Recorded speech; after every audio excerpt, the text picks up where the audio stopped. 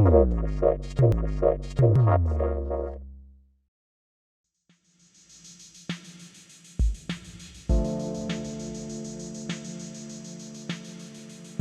and welcome to our viewers on cruxinvestor.com and also to our listeners on Cruxcast, our podcast series. We're talking today with Vincent Algar. He's the MD of Australian Vanadium. Good morning, Vincent. How are you?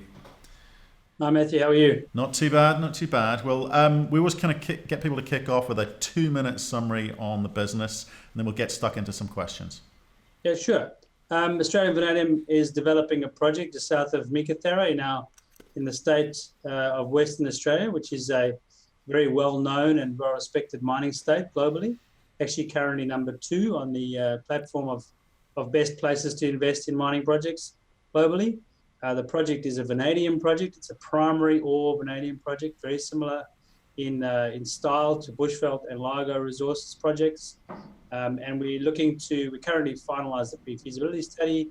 We're in the middle of a pilot study as part of a definitive study with our aim to go into production, producing about 10,000 tonnes of V2O5 high purity material in late 2021. Right, okay. Thanks for that. So let's just cover off some of those technical components. So you've done a PFS, you've started a DFS process, and you're also running a pilot process at the moment. So what do you think you've got? So we've done our resource work. We've actually put out a maiden reserve, which is about 17.5 million tonnes as our maiden reserve, just over 1% in grade, in head grade. And our deposit is particularly wide for a vanadium deposit. So we have a particularly high mass yield to vanadium concentrate, which stands out on a global level by comparison. So those 3 factors give us quite a unique geology, and we've estimated our resource estimate's currently running at over 90 million tonnes of this high-grade feed material. So given that we'll only be mining around 1.4 million tonnes a year, that gives us a fairly large, long-life resource there ahead of us. Right, okay. And the DFS process has just started, and when's it due to be completed? Yeah, so the completion date is set for late this year. The way we're doing this DFS is we finished the PFS at the end of last year. And we broke the DFS into 3 parts. One was the data collection. So in other words, we went out and we drilled a few thousand meters of core so we could use that for our pilot study. Actually, we collected nearly 30 tons of our target horizon, which was no mean feat. But we collected that so that we could actually really do a pilot properly. Then subsequent to that collection and characterization, which started in January and finished in April, we have then set up a pilot study. The pilot study is currently underway. It breaks the processing down into its 3 component parts, which is magnetic separation and beneficiation of the concentrate through to a vanadium high purity product.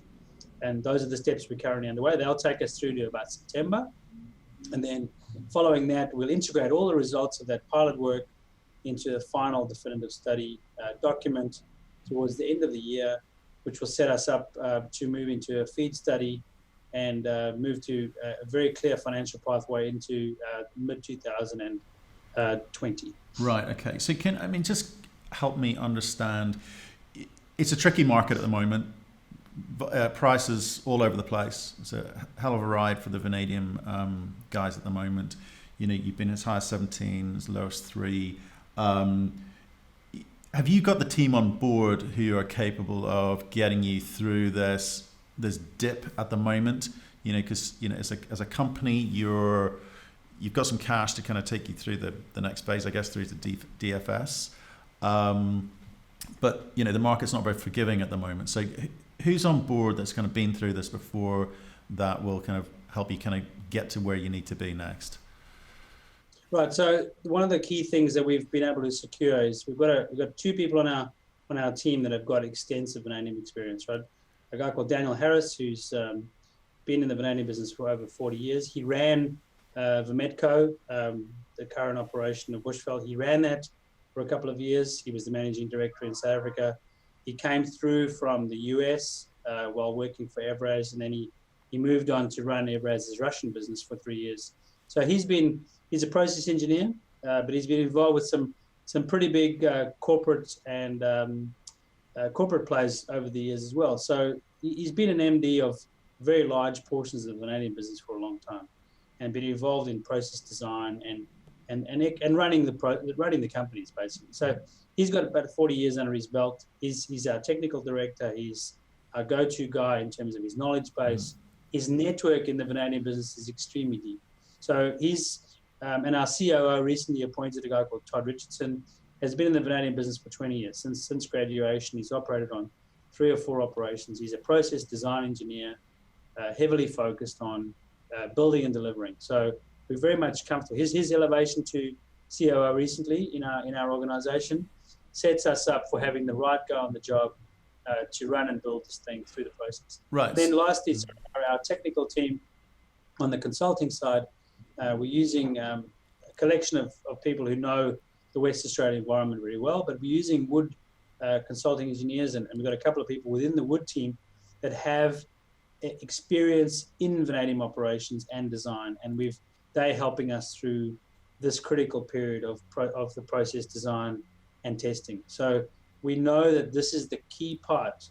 If we don't pilot properly the right material and have an absolutely thorough, honest understanding of the material we're dealing with, that is the risk that you face of failure. So we know we have to be auditable, and that is why we believe we've got exactly the right team in place. Of course, we'll be adding people to the team as we go along, but our criteria for adding to those people to the team will be that they've got the vanadium experience in place. Right. My own experience is a resource base. My own experience is a resource base. I'm a resource geologist.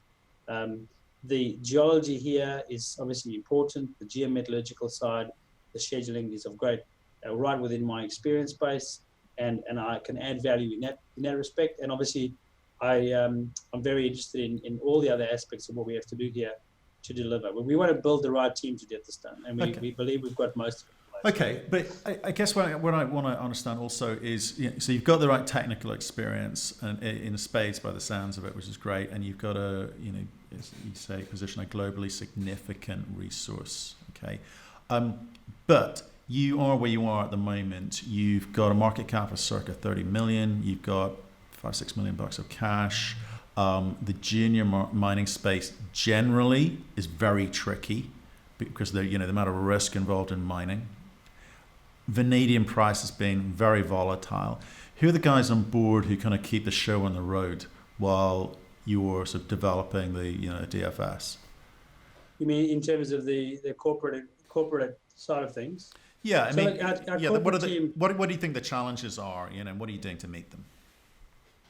Oh, look, the challenges are clearly to fund the project, absolutely, and I think we totally transparent about needing to do that.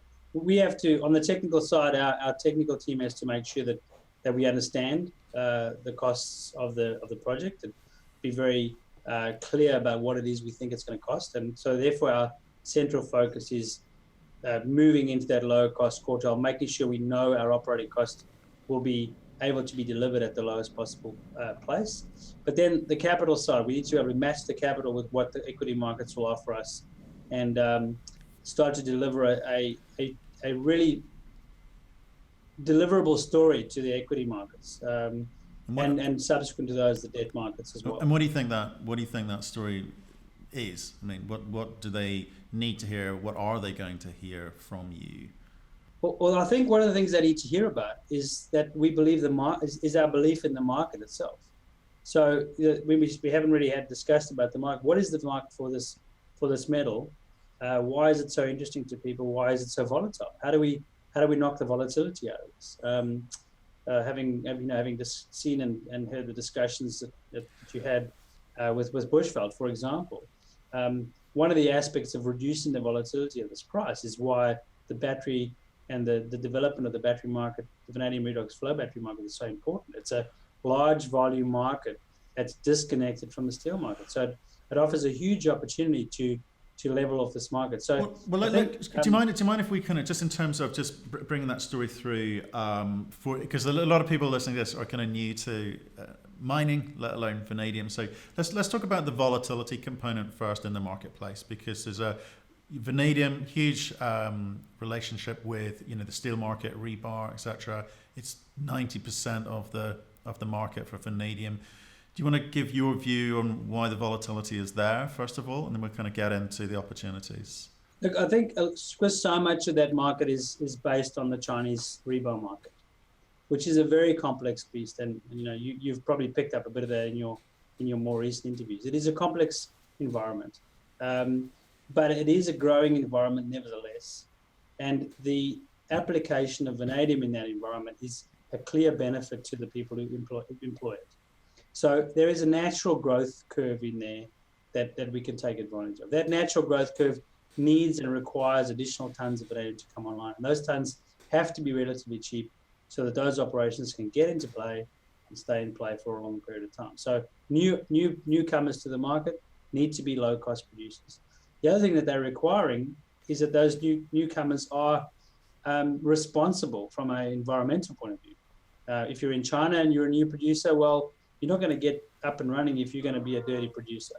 And likewise, if you're going to be coming in from outside, you're going to be able to have to produce a clean product. The banning of slags, for example, into China is a key example of that. You can't push waste products into China. So high purity products are going to be ideal. There is definitely a growth market in the Chinese steel market, not only in rebar, but in other products as well, which the vanadium market, vanadium industry hasn't fully exploited over time. Such as? So you've got this, such as high strength beam steels, for example, is a very good market. It's quite a big market and it hasn't really been exploited by the vanadium producers. It has significant benefits to users of those steels. Remember, the more vanadium you use in steel, the less steel you need to achieve a particular objective.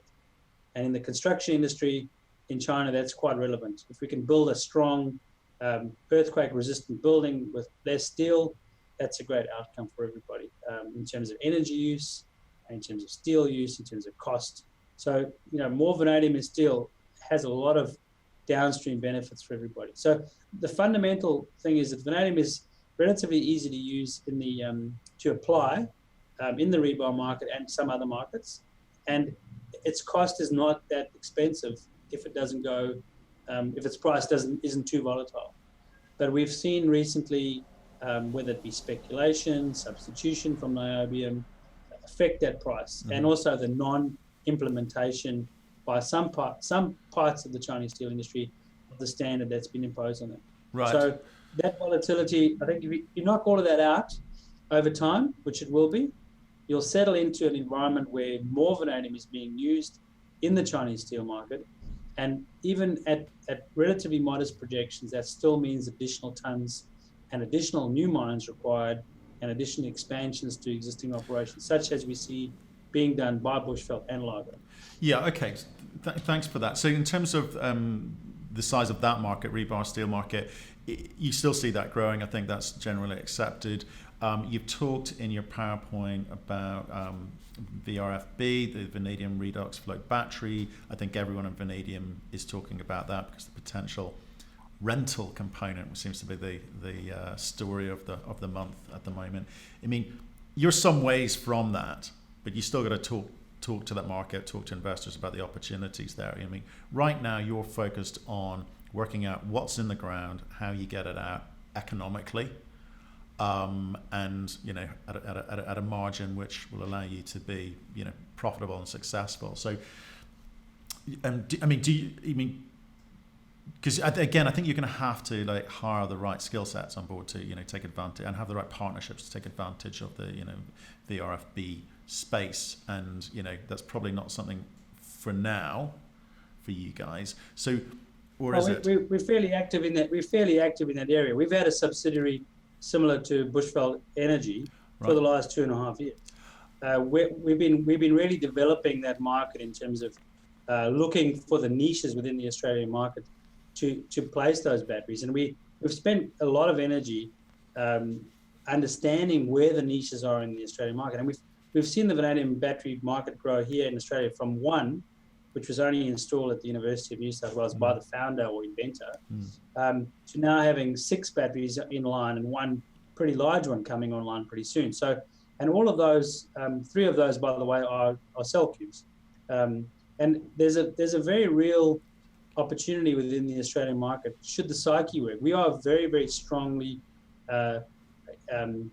gifted, if you like, by the amount of renewable energy we can put into the systems here. So flow batteries fit our grid perfectly. We have high energy costs, fringe of grid opportunities. So the vanadium flow battery fits our market perfectly. And AVL through Vincent has been really aggressively looking at that. Right. Our success rate has been relatively low, but we've certainly opened up niches, and the time we've invested is starting to bear fruit. And I've spent quite a close time talking to over the years with Mikhail. We sit on the same energy storage committee at Vanatech together. The understanding that VRFBs need to be marketed and need to be sold into a market. We need to convince people that they're worthwhile at that grid level. We've very, very vested. We spent a lot of time. We've sold a battery and installed it and run it.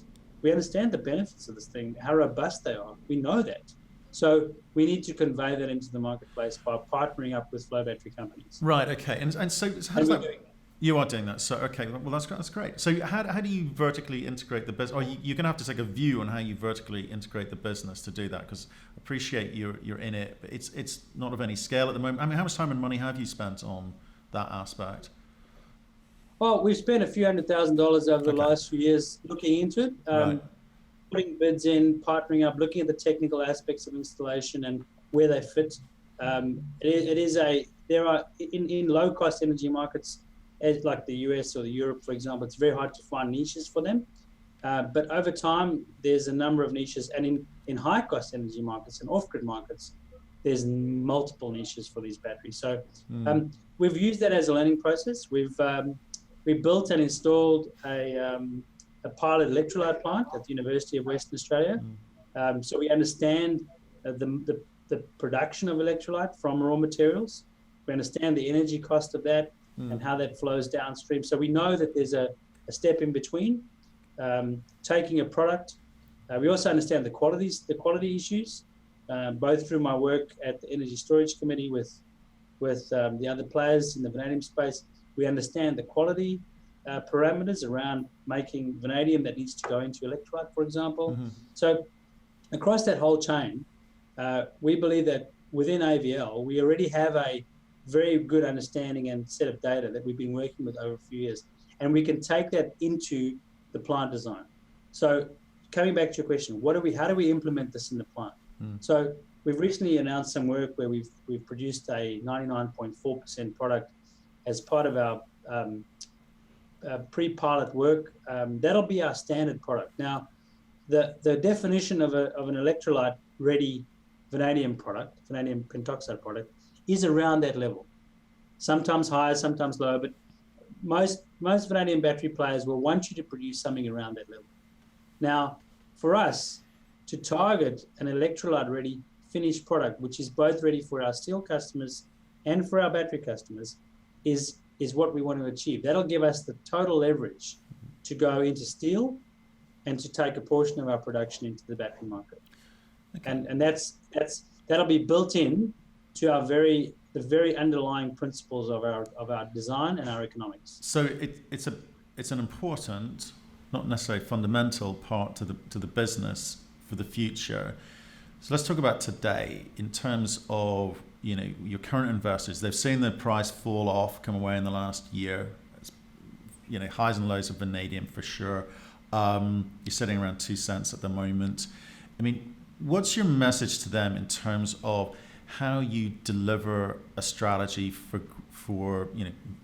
much overused phrase, value creation for shareholders, meaning share appreciation? How are you going to do that? I mean, is it just you're in a difficult phase? You're in the DFS phase. It's a boring phase where you're getting on with the job of doing the numbers, but that's the reality of what needs to happen before you can sort of see what the opportunity is, or certainly put some numbers to the opportunity. So what do you tell shareholders now? You tell them that you are understanding, you understand what you're doing. You've got a very good asset that you're working for, and you've got to demonstrate the value along the way, each individual step. So some investors are going to look for the short-term hits on that, and Australian investors have a great penchant for looking for short-term hits. But at the same time, when you're looking at an investor that needs to see the long-term value, you need to demonstrate that. So there's two ways we can demonstrate that. Do we have a project that's deliverable in production? Will it have a capital cost that is too high for a junior? So if it is, then where are your partners? So we need to find those partners that are going to participate with us, the technical partners. That is one of the strongest ways we can illustrate our ability to deliver is get a partner involved that says, I back this project and we'll go ahead and do it. Does that mean dilution, or does that mean an equity partner who will fund at a project level? I mean, how does that work? I think you've got to take that from the partner that you choose, but ultimately it's going to be a project partner. That's who you want to work together with, right? We believe we've got a very strong team that can deliver, but we want someone who wants to come in for the ride and can deliver their component of it. Got it. Okay. If it's a corporate or if it's a vanadium player that's got something to offer, we can build it from there. So we really have to focus on what we can deliver for the investor. And in terms of dilution, that concept is quite interesting.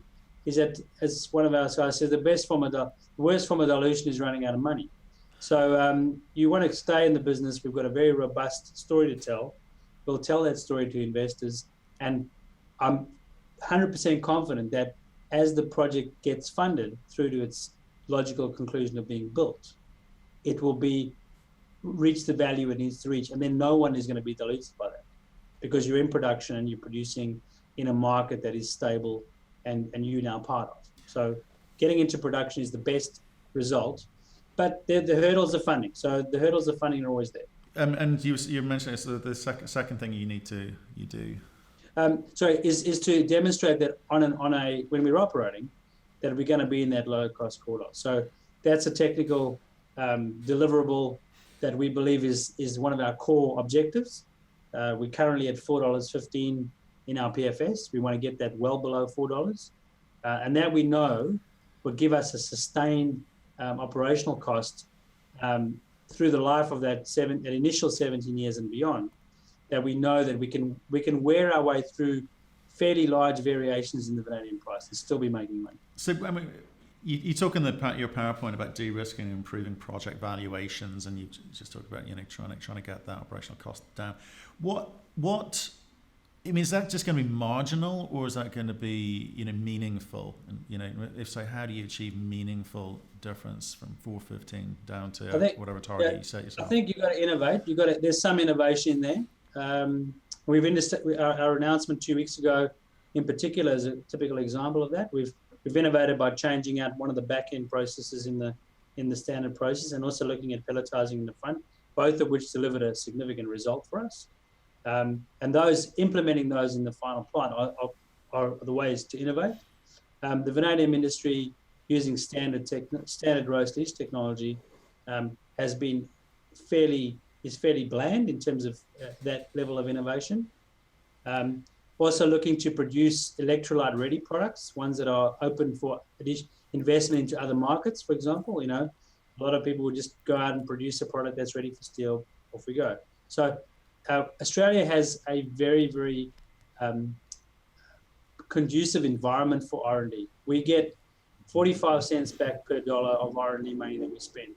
And that is a fantastic opportunity for almost all junior resource companies to really push the trigger on their R&D, especially when it comes to process innovation. And we do that. We use it, and it's a great opportunity for us to keep low-cost R&D in the actual design and build of our plant. So we'll be doing that. But that, again, all of that's driven on the fact that we need to get the operating cost to a point. So to answer your question, those increments, some are incremental, and some are significant. So those have to be, they'll be across the board. And are they going to have a big impact on your IRR? Because I noticed in your presentation you're using a variety of price points to give an inferred IRR number and enterprise value. I mean, that seems very price dependent on the market and not so much about what you're doing, or is it? Look, we were sensitive to our operating cost. Obviously, we would be. But when we did our PFS, for example, we did about 8 option studies, and each of those option studies, in addition to a series of risk workshops, we looked at where we would be able to add the most in terms of bottom line revenue by changing certain things. And those are the things we focused on, and we are focused on throughout our DFS. Where can we add? And those two innovations I mentioned, the modification of the back-end circuit to APV and the pelletizing. Those are two things that we've identified that's all responding really well to. And they're just two things that can add significantly to that actual bottom line figure. Other things we can do, for example, is looking at our capital costs. How can we do things to our capital costs so that we can, for example, stage the capital costs so that we don't have to hit it all at once, that the equity markets can bear it more easily. Well, how do we do that? What do we do about it? When do we do it? There are a lot of work that we're doing through the course of the DFS that lays that out. But we're looking for those big hits as well, absolutely. But the little ones all add up as well. So we've got to make sure we cover every board. But we're taking a systematic approach to the process. Okay. And again, it's the innovation side that says, this has been done like this before, but here's another standard process, totally within the realms of well-tested and well-understood technology that you can apply to this particular material and see a result. So the pelletizing is a classic argument like that. The test work we've done on there shows a significant improvement of our back-end vanadium recovery with only that minor change to what we do up front. Okay, so I just want to get on to investors, if I may. What are investors worried about, and what are you doing about it? Well, investors are worried about us being able to fund the project. Right. So that's obviously something that they're concerned about, right? Okay. So all I can do on that front is to continue adding value to the project and to continue to work with new investors and existing investors to show that the project value is there and the project is deliverable. And are you talking about institutional investors there, or strategic investors, or are you talking about the retail? When you say investors, who do you mean? My focus will be on attracting institutional investors to the company, which is why we were in London a little while ago. While we're looking at longer-term institutions, both in New York, London, Hong Kong, Singapore. Those are our target markets. The Australian institutions as well are obviously on that list. But then we do have a lot of high net worth and retail investors within the stock as well. So I have to keep telling my story and keep telling the vanadium story to those people so that they can stay in there and, hold their position. But what's resonating with them? You know the vanadium market extremely well. Investors may not necessarily. What are they buying into? Are they buying into the future of energy storage components of vanadium? Are they buying into your particular story about how you're going to get into the marketplace? What are they? When do the ears prick up? I think it's a twofold answer. I think for the more sophisticated investor that knows the way that the steel markets work and how they grow and how vanadium fits into that, and that's obviously an education process. But when people have been educated, they say, "I get that. That's what it's all about." I had two responses in London at 1-to-1 that said exactly opposite things. Someone would come in and go, "Yep, it's all about the steel. I get it. I've been doing this for years. This is what works. You get this right. I see it works. We're going on the steel side. That's the fundamental market. It's 90% of the current market. I'm not interested in anything else." And then you get the guys who come in and say, "This vanadium battery market is absolutely amazing. It's got huge volume implications. The world needs stationary storage. We're going to switch to renewables. Everything's going on." And then you get the person who's going, "It's all about the battery." So there's a very big swing there. But AVL has had success with both of those investor groups. People will come in as long as we are showing that we will do something in both spaces, which we will do because that's the perfect hedge for a vanadium company to be involved with this new sector and the existing sector. So we have a mix of investors in our stock for the one reason and one for the other. Okay. It's fascinating actually, and I guess we'll see how that works out. So you're going around telling your story, but you are doing a lot in the background. You're working in DFS. You're doing your pilot plant. You're trying to get the operating costs down, and project a company which knows where it's going.